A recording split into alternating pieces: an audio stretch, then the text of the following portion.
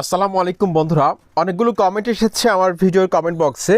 Short ভিডিওর watch time monetization ট্যাবে যোগ হচ্ছে না, অর্থাৎ মনিটাইজেশন ট্যাবের মধ্যে শর্ট ভিডিওর ওয়াচ টাইমটা অ্যাড হচ্ছে না, কিন্তু ওয়াইটি স্টুডিও অ্যাপসের মধ্যে কিন্তু ওয়াচ টাইমগুলো দেখাচ্ছে। তো আজকের এই ভিডিওতে কিন্তু আমি সেটার সমাধান নিয়ে হাজির হয়েছি। আপনাদের মধ্যে কিন্তু এটা অনেক বেশি কমেন্ট পাচ্ছি।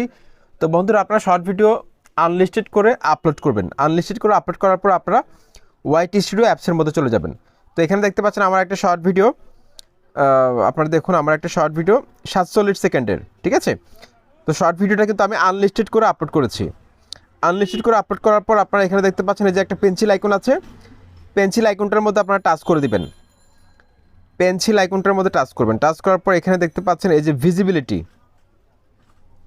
এই ভিজিবিলিটির মধ্যে আপনারা টাচ করবেন। টাচ করার পর এখানে দেখতে পাচ্ছেন সেট অ্যাজ ইনস্ট্যান্ট প্রিমিয়ার, এটা আপনারা অন করে পাবলিক করবেন।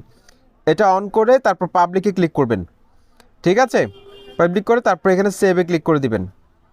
তাহলে আপনার এই শর্ট ভিডিওটা লং ভিডিওর মতোই কিন্তু ওয়াচ টাইম কাউন্ট হবে, ঠিক আছে। লং ভিডিওর মতো কিন্তু ওয়াচ টাইম কাউন্ট হবে।